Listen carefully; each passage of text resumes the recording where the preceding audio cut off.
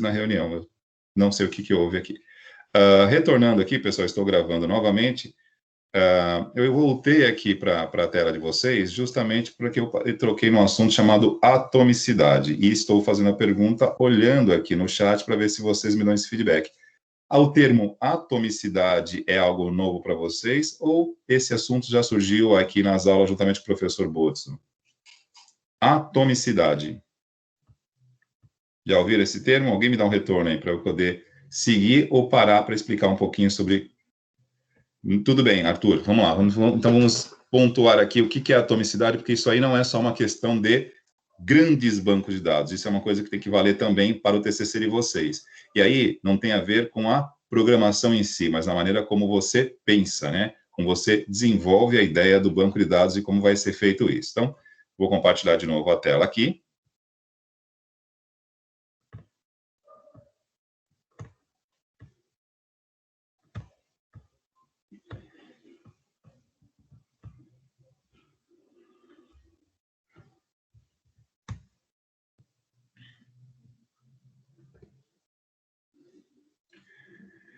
Bom, o termo atomicidade surge aqui, pessoal, eu acredito que já esteja aí a tela para vocês, perguntando se a atomicidade é algo fundamental para o banco de dados que vocês estão utilizando, projetando e, digamos assim, disponibilizando para atender esta aplicação, esse site, esse portal que vocês estão fazendo.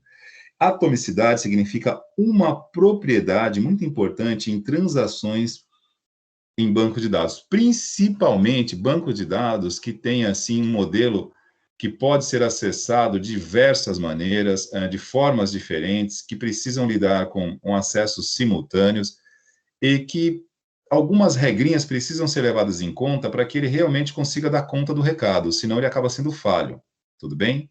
E aí, a questão atomicidade, ela é uma de um conjunto de propriedades que são chamadas de ACID, que na verdade é um acrônimo, né? O A é de atomicidade, o C de consistência, tá? O I de integridade e o D de durabilidade, tudo bem? E aí, ó, vou passar aqui propriedade das transações ACID, né? Ou ACD, como o acrônimo em inglês, né? Vamos lá. O que significa atomicidade, pessoal? Eu vou dar a definição aqui e exemplificar, que eu acredito que fique mais fácil o entendimento aí, né? Supondo, por exemplo, né, que você tenha, vamos lá, um site de e-commerce, por exemplo, né? E você está vendendo um produto para alguém. Atomicidade significa o seguinte, né? Que ao alterar um determinado dado na sua tabela, outro automaticamente também precisa ser feito. Porque ou os dois acontecem ao mesmo tempo para garantir que aquilo ali funcione, ou então você não libera. Esse conceito, né, é chamado de atomicidade, né? Se a gente for aqui analisar a origem do termo, né, atomicidade, porque geralmente toda a parte tecnológica ela tem ali a sua terminologia oriunda do inglês técnico, né? E aí, geralmente, quando a gente pega aqui e traz para o português, fica muito difícil você encaixar isso com uma clareza, né, de detalhes. Então, não vamos nos prender muito o porquê de atomicidade, né? Porque, vamos lá, a atomicidade que vem aqui da propriedade do átomo, que você divide o núcleo, tem a energia nuclear, aquela coisa toda, átomo, né, que é a unidade menor da matéria. Mas, se a gente for descer nesse nível, não acrescenta muito o que a gente está fazendo aqui agora. Mas atomicidade significa isso. Por exemplo, em uma tabela que quando você altera algo, precisa ser simultâneo com outra parte da tabela, para que garanta que isso esteja funcionando. Por exemplo, você vendeu um produto. Você vendeu, você tem que simplesmente dar baixa ali e o estoque tem que ser baixado na hora. Então, são duas coisas. Você fez uma venda, você registrou aquilo numa tabela à venda, você cadastrou o produto e o valor, e automaticamente tem que ser dado baixa daquilo no estoque, porque senão você criou uma falha na sua aplicação. Esse conceito, essa propriedade é chamada de atomicidade. Ou seja, uma operação, uma transação que ocorra, ela tem implicação em outras duas. e só vai poder ser validada se as outras forem feitas juntas, senão você cria um problema de consistência na sua base de dados. Por exemplo, vamos lá, já que é para citar com exemplo, vou pegar um caso de uso real aqui, já aproveito e vou falar mal. Vou falar mal mesmo, porque foi verdade. Tudo bem? Eu assumo a bronca aqui. Recentemente, isso já é a segunda vez que acontece comigo, americanas.com, tá? Eu vou citar mesmo porque já aconteceu. Agora, feriado da Páscoa, né? Eu não deixei para a última hora, porque nós já sabemos, não, estávamos ali de novo, né? Começando a voltar para uma medida restritiva mais forte, aquela coisa toda, então, falei, vamos comprar os ovos de Páscoa das crianças antes, né? Para não ter problema. Entrei no aplicativo da americanas.com e comprei. E para quem tem um hábito de comprar coisas por internet, não tem problema algum. Eu sou fã de e-commerce, né? Ainda mais agora que você não está, às vezes, com o horário de abertura e fechamento, estava ruim. Então, eu falei, compro pela internet e escolho, né? Que é uma modalidade de venda hoje que eu acho muito interessante. Você compra pelo site e escolhe qual loja você pretende retirar. E você escolhe a loja mais próxima do teu endereço. Eu moro aqui na Tupi, escolhi a do Ocean, poderia ser a do shopping, enfim. Mas pela segunda vez que isso acontece. Comprei os ovos de Páscoa, estava tudo ok, normal, e você fica no aguardo em até 24 horas deles enviarem um e-mail ou uma mensagem pelo aplicativo afirmando que você pode retirar na loja. Para evitar o quê? Congestionamento, ou seja, grandes filas, aquela coisa toda. Mas, enfim, né? Uma coisa é a proposta, a teoria, e a outra é a prática, quando esta situação aqui não ocorre. E não é um problema do sistema, aí já acredito que esteja na esfera das relações humanas, né? Porque se o sistema está ali dizendo que foi vendido, você não pode vender na loja física, senão complica.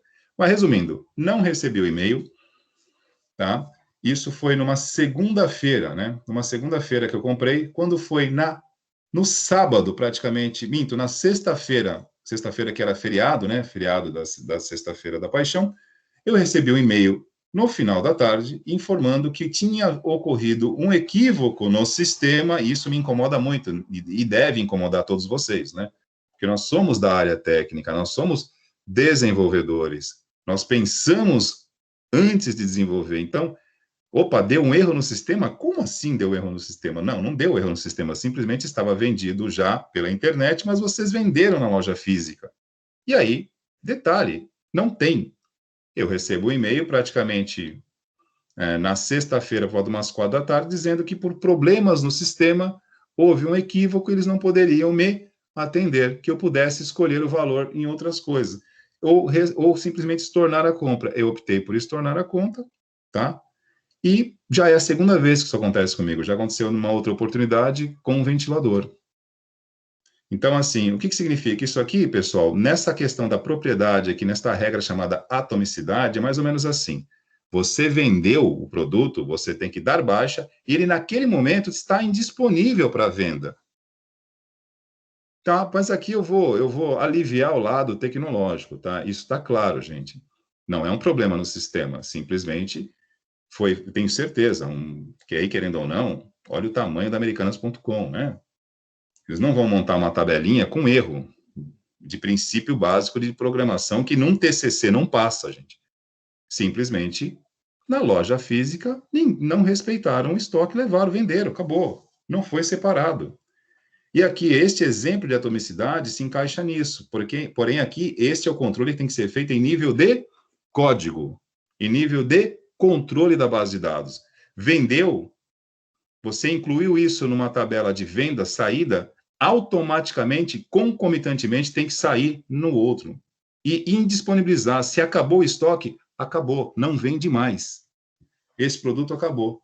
Então, a propriedade, esse princípio do banco de dados chamado atomicidade, está relacionado a esta necessidade de conexão, de validação. Por exemplo, também, na hora de fazer a tabela de vendas, não tem como eu vender algo para alguém que não está associado a um CPF, a um número de dados de pagamento e a um local de entrega, porque senão ele não conclui esta venda. Se eu estou vendendo algo, ou seja, eu estou vendendo um produto que está saindo do meu estoque, está sendo direcionado para alguém que cadastrou, que tem uma conta conosco aqui. Esses dados estão em nível quase que atômico, é só uma metáfora. São átomos interligados, eles têm que estar juntos, porque senão eu não formo a matéria, venda. Daí, talvez seja, né, esta menção de atomicidade. Porque se eu não estou vendendo algo para alguém que pagou e vai retirar, ou seja, eu não preenchi esses 4 requisitos, pelo modelo de venda que foi projetado ali, ele não configura o processo, a transação, que nós chamamos de transação, e aquilo não ocorre. Para poder ocorrer, tem que relacionar todos esses tópicos e qualquer outro que tenha que acontecer aqui. Tudo bem? Por exemplo, na hora de fazer a chamada de vocês, eu tenho a toxicidade para responder aqui. O NSA, ele faz isso. A hora que eu vou transferir os formulários de frequência de vocês para o NSA, eu tenho que escolher primeiramente qual é a turma que eu vou fazer a chamada, ou seja, eu já escolhi que é o segundo módulo do curso de informática para a internet, correto? Tá, correto. Mas o nosso sistema aqui divide turma A e turma B. Então, antes de fazer a chamada, eu tenho que avisar quem é. Opa, porque uma turma, ou seja, uma sala de aula, ela tem que ter a turma. Para que eu possa fazer a chamada, primeiramente eu tenho que definir qual é a sala e qual é a turma dessa sala. E para conseguir concluir, clicar em OK, chamada feita, eu tenho que escolher o modo da aula, se foi presencial ou remota. Quando eu aplico essas 3, eu tenho que confirmar se quem está com falta mesmo, se não houve nenhum engano, para eu poder clicar em enviar. Somente aí, quando eu preencho esses requisitos todos, ele simplesmente habilita a função de enviar a chamada para a secretaria. Então, isso caracteriza justamente esta questão da atomicidade, porque senão eu posso gerar dados inconsistentes para o NSA. Peraí, eu fiz a chamada e não informei que turma é? Eu fiz a chamada e não marquei se foi uma aula presencial ou remota. Tudo bem que estamos há 1 ano e quase 5 meses na pandemia, mas nós ensaiamos um retorno, né? O chamado ensaio, né, o que eu digo ensaio, porque na verdade foi uma coisa meio louca, né? No momento em que os números subiam, você informa ao público que vai voltar presencial. Aí, claramente, a gente volta à essência do nosso trabalho aqui, que é projetar antes de fazer. Não, faltou isso, porque já estava sabendo que subiu os números, mas tudo bem, esquece isso. Então, dei 2 exemplos aqui do que é a atomicidade, o que essa propriedade de transações em banco de dados ela implica. Tudo bem? E essa atomicidade, digamos assim, ela é o primeiro dominó. Lembra aquela brincadeirinha do dominó que cai? Você derruba o primeiro, que encosta no segundo, no terceiro e assim por diante. Ele é o primeiro, porque ele valida todos os demais, ou seja, através dessa conexão de uma função com outra, para que eu possa garantir, validar que isso está correto e que vai manter o banco de dados correto, senão eu começo a gerar inconsistência. Eu posso, se eu não der baixa num produto que foi vendido agora, daqui a 1 segundo ou meio segundo, um usuário pode clicar no mesmo produto e comprá-lo. Se esta atomicidade não foi checada no banco de dados, porque enquanto eu não verificar todas essas conexões de uma operação, de uma transação, eu não libero a base de dados para uma nova operação. Fica aquele íconezinho processando, porque naquele momento esta base de dados está sendo verificada. Quanto mais otimizada for a sua base de dados, mais rápido ela é liberada para um usuário. Enquanto essa operação aqui, essa transação, né, que a especificação técnica correta é transação. Enquanto essas transações aqui iniciais da atomicidade não forem checadas, eu não libero a base para outras operações, para outras transações, para evitar que uma operação ou uma transação inconsistente ocorra. O que é uma transação inconsistente? Que invalide uma dessas questões aqui, ou qualquer outra que esteja em desacordo com o que você está promovendo ali. Eu citei o exemplo aqui de uma loja de e-commerce. E citei também o exemplo da chamada do NSA. Poderia ser qualquer outra circunstância, gente. Tá? Consistência. Os dados estão em um estado consistente quando uma transação começa e quando termina. Então, está diretamente ligado com a atomicidade. Você garantiu esta primeira parte aqui, você permite que tudo aquilo que é mantido na sua base de dados, ela tem consistência. A consistência dos dados está relacionada à sua veracidade. E não é uma questão de fraude, tá, pessoal? Não é fraude, é falha. Porque fraude é quando você comete um erro de propósito. Você fraudou, você tinha a intenção de fazer aquilo. Aquilo é uma fraude. A fraude, ela está associada, por exemplo, a uma intenção de fazer aquilo. Mas não é somente fraudes que causam inconsistência. Existe também a chamada imperícia, que é um erro, a falta de conhecimento. Ou uma falha na programação, uma falha no projeto da sua implementação de banco de dados. E isso hoje é uma coisa muito, muito, muito. Não é que seja aceitável, é porque nós estamos numa velocidade, a maneira como nós estamos sempre ajustando o carro, consertando a mecânica com o carro em movimento. Porque o volume de dados, a velocidade dos dados hoje, e não é só uma questão instantânea e impositiva, é uma questão de necessidade, gente, porque tem coisas que nós queremos e tem coisas que nós precisamos e não escolhemos. Este volume de dados hoje não é opcional, ele está aí, ele já foi gerado. Essa demanda de velocidade de processamento, ela não é uma escolha, ela é uma consequência. É muita gente utilizando, nós temos uma demanda de serviços online hoje lá gritante, todos os serviços hoje estão, digamos assim, debruçados sobre conexões online. Então, o que acontece? Não está mais em xeque, em voga, em pauta, analisar isso ou aquilo. É disponibilizar, é fazer acontecer, ponto. Nós estamos vivendo um momento que o volume de dados e a necessidade por esses dados, eles atropelaram qualquer outra coisa. Então, é do jeito que está e assim continuará, porque perdemos, não vou dizer que perdemos o controle, é algo que está em andamento. É mais ou menos que você tentar conter uma frente fria. Não se contém uma frente fria. Vai chover. Se for para chover, vai chover. A nossa tormenta, a nossa tempestade de dados em volume, intensidade e velocidade não está mais sob controle. O volume de usuários aumenta todos os dias. A quantidade de dispositivos hoje ofertando, aumentando isso, é exponencialmente ao mundo todo. Aquela primeira apresentação que eu trouxe para vocês aqui sobre os números da internet no mundo e no Brasil, era simplesmente para servir de parâmetro para esses assuntos que estão sendo tratados agora. Para vocês perceberem aonde nós estamos com os nossos pés plantados, né? Para quem que nós estamos desenvolvendo. Então, assim, quando nós aqui pomos em xeque, né, a eficiência, digamos assim, do chamado desenvolvimento ágil, em função de todas essas questões aqui, não é porque nós somos contra, é porque não tem jeito, você tem que fazer dessa maneira hoje.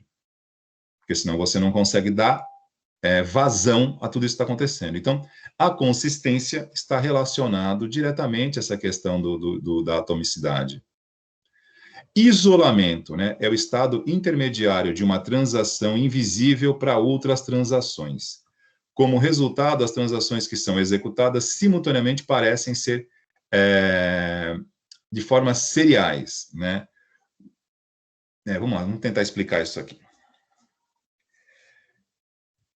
Estado intermediário de uma transação é invisível para outras, tá? Então, o que acontece?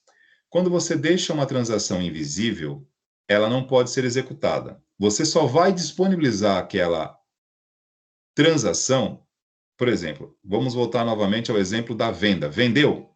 Tem que dar baixa. Tem que atualizar a tua base e encaixar o produto que foi vendido ao cliente que comprou, a baixa no sistema, a forma de pagamento autorizada, porque tem um delay, né? Você vai entrar em contato com a instituição financeira que autoriza e retorna.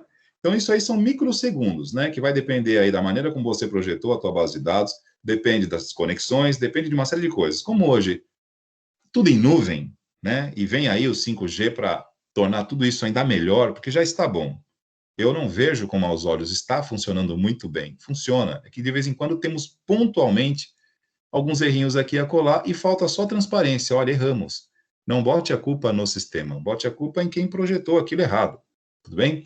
Então, aqui no caso do isolamento, enquanto todas essas confirmações não estiverem resolvidas, esta operação, esta transação que você pretende executar, ela não aparece.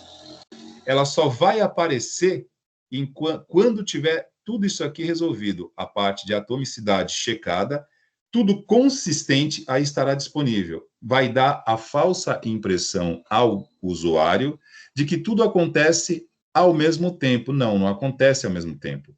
Enquanto ele está resolvendo este lado de cá, não fica disponível. Quando fica, ele vai lá e executa tudo de uma única vez. E aí dá a impressão que tudo ocorre simultâneo. Não é simultâneo, porque enquanto não resolver tudo isso, o que não estiver resolvido, ele isola, separa. Daí o termo isolamento.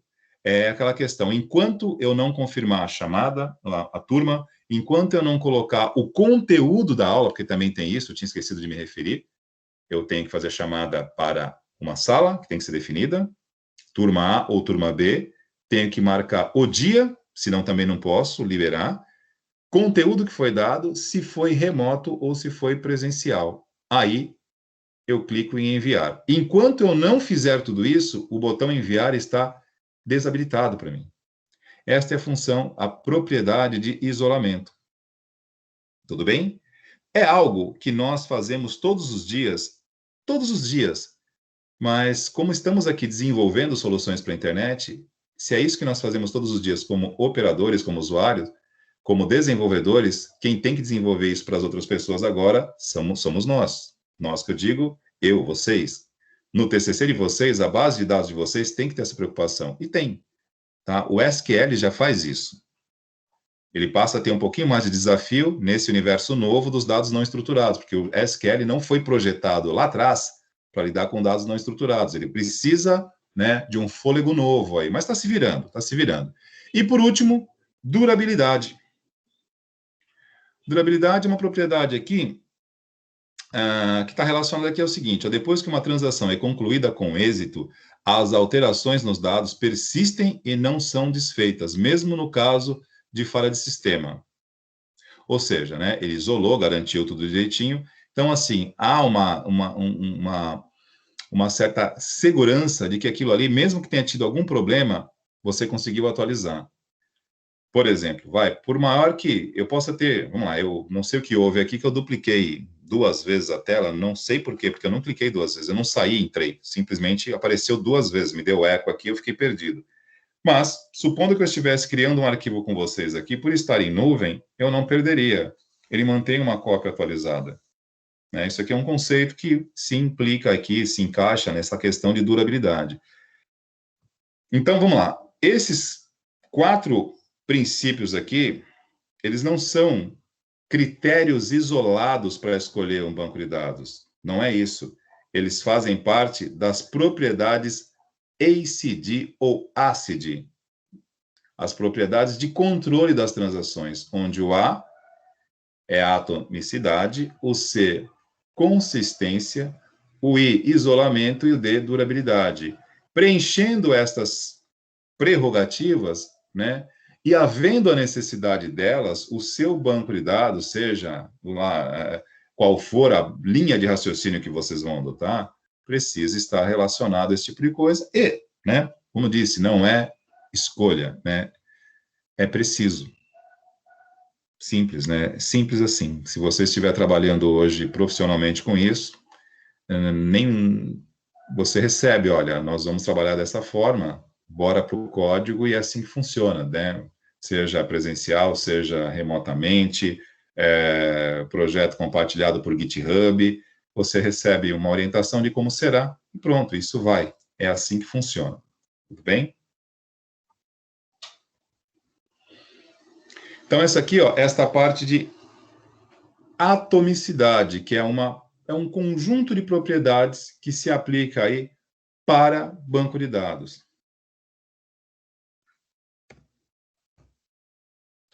Então, olhares, para a gente poder voltar aqui e ir fechando. Eu vou e depois eu volto, fazendo o caminho contrário, porque a gente tem uma fixação. Pontos importantes para ajuda na escolha aqui, né, do banco de dados. Verificar se você vai trabalhar com estruturas fixas, ou seja, vai ter cadastro, não vai, enfim. Vai ser necessário flexibilidade para acomodar diferentes formatos, e aí, né, se preocupando com o atual mundo do chamado dos dados não estruturados, que eu comentei com vocês aqui, dando exemplos de fotos, documentos diversos, imagens de satélite, enfim, dados que vêm de várias fontes diferentes, seja uma voz, seja um filme, seja, enfim, isso são os dados não estruturados, né? Grandes volumes de informação, como disse, é relativo, pode ser que sim, como pode ser que não. E a atomicidade, que eu coloquei numa cor diferente aqui, que eu pensei comigo, talvez seja um termo, porque também tem isso, tá? Muitas vezes a tecnologia traz terminologias diferentes para tratar assuntos que sempre estiveram por aqui, né? Nesse momento, há algo diferente, sim. Não é apenas uma questão de nomezinhos diferentes. São conceitos, porque mudou-se a proporção. O que tranquiliza para todos nós, e isso é válido falar para vocês, que dados são sempre dados, né? O que vai mudando é a maneira como se trabalha com eles.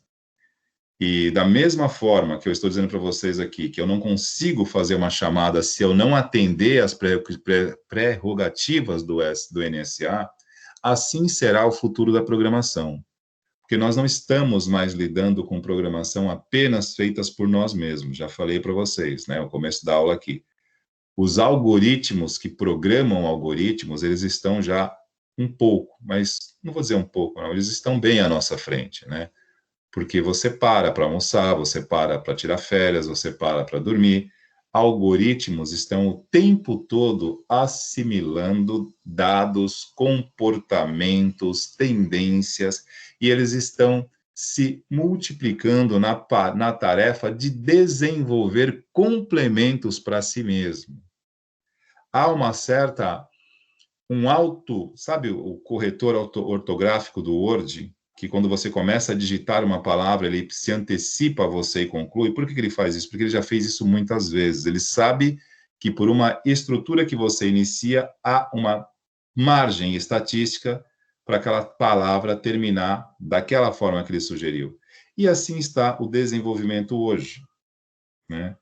O que nós precisamos, olhando um pouquinho para frente aqui, é sempre procurar atender, né? Não é entender, atender às demandas de mercado, né? Então, pensando lá na frente, já que os algoritmos estão aprendendo a programar para nos ajudar, porque não é para ter um olhar aqui, né, gente, territorialista, e que nem cachorrinho, quando você tem 2 cachorros em casa e você dá um brinquedinho só. Você sabe o que acontece, né? Eles brigam, né?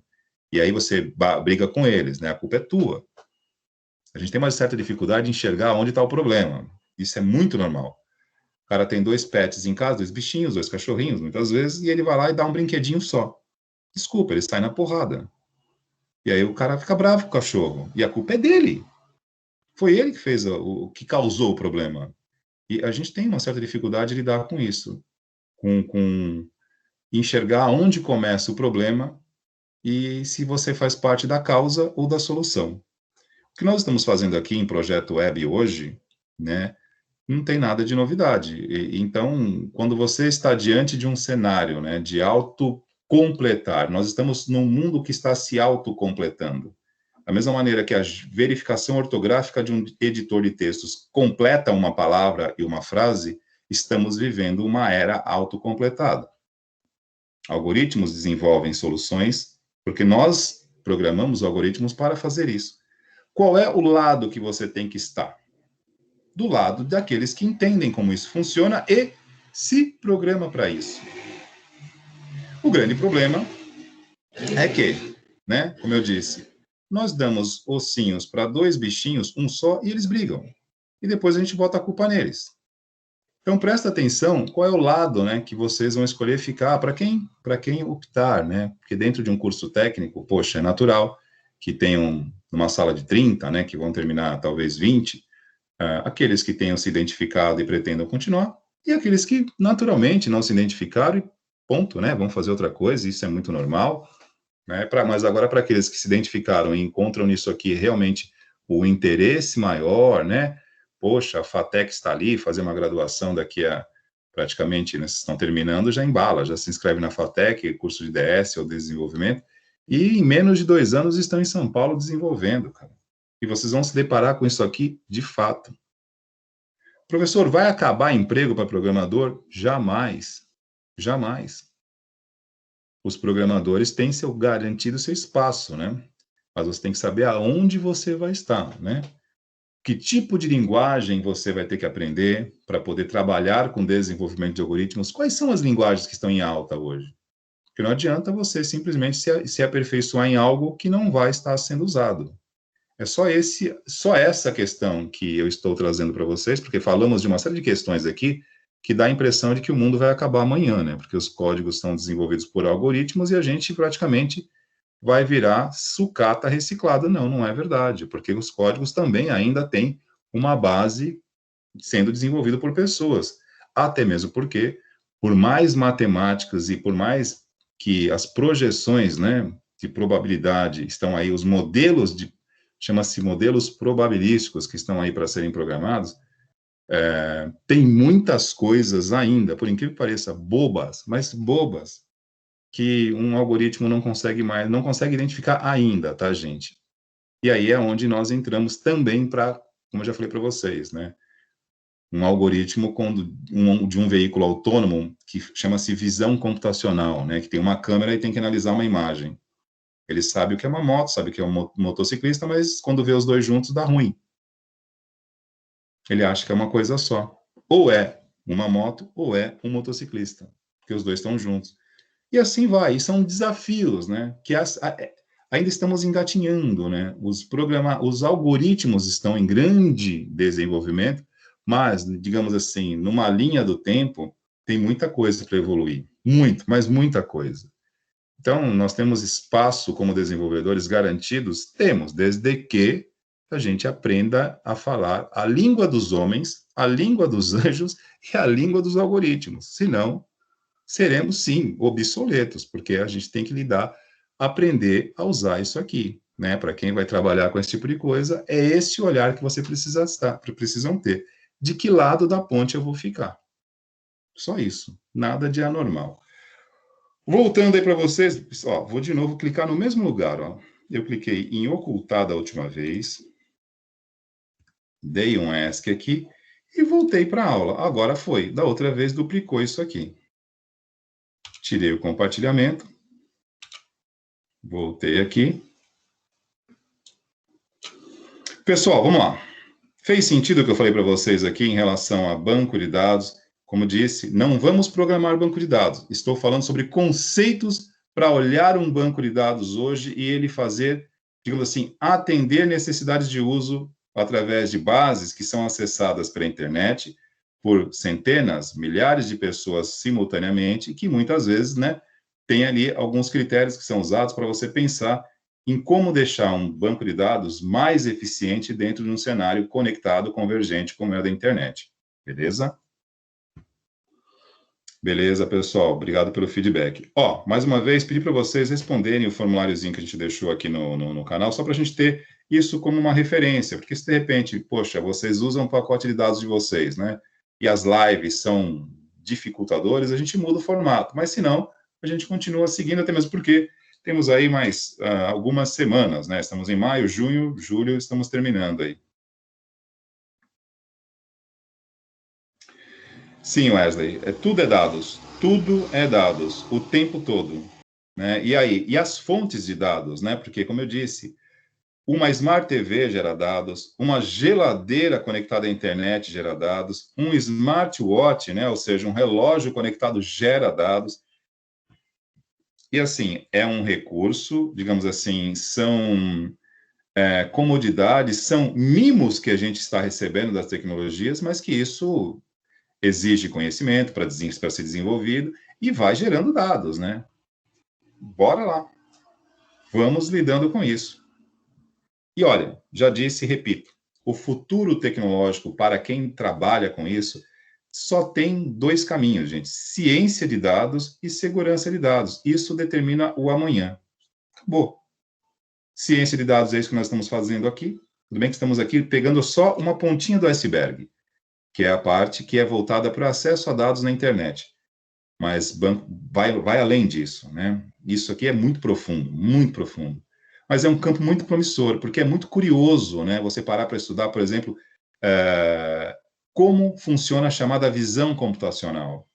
Como é que uma câmera, né? A câmera do teu smartphone, ela filma algo para você e consegue identificar aquilo com uma margem de acerto, né? Ou com uma margem de erro.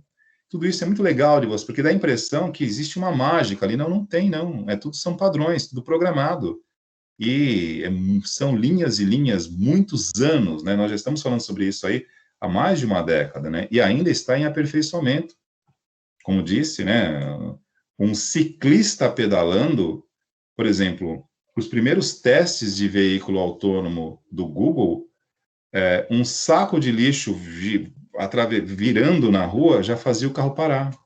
Aquilo para ele configura um obstáculo e ele não sabe se aquilo ali tem vida e ele pode passar, aliás, e ele tem que parar porque ele viu algo se movendo. Ele não sabe se é um gatinho, se é um cachorrinho, se é uma criança engatinhando. Ele viu uma sacola de supermercado passando na frente. A câmera pegou aquilo, um sensor. E ele não sabe, não sabe que aquilo é uma sacola. Ele não sabe, por exemplo, que tem, por exemplo, um de nós lá, ele está vendo algo, tem algo, o sensor de presença captou algo. E aí ele faz uma estimativa pelo tamanho, pela maneira como se move e se encaixa onde. É um cavalo, é um cachorro, é uma pessoa, ou é um objeto que não...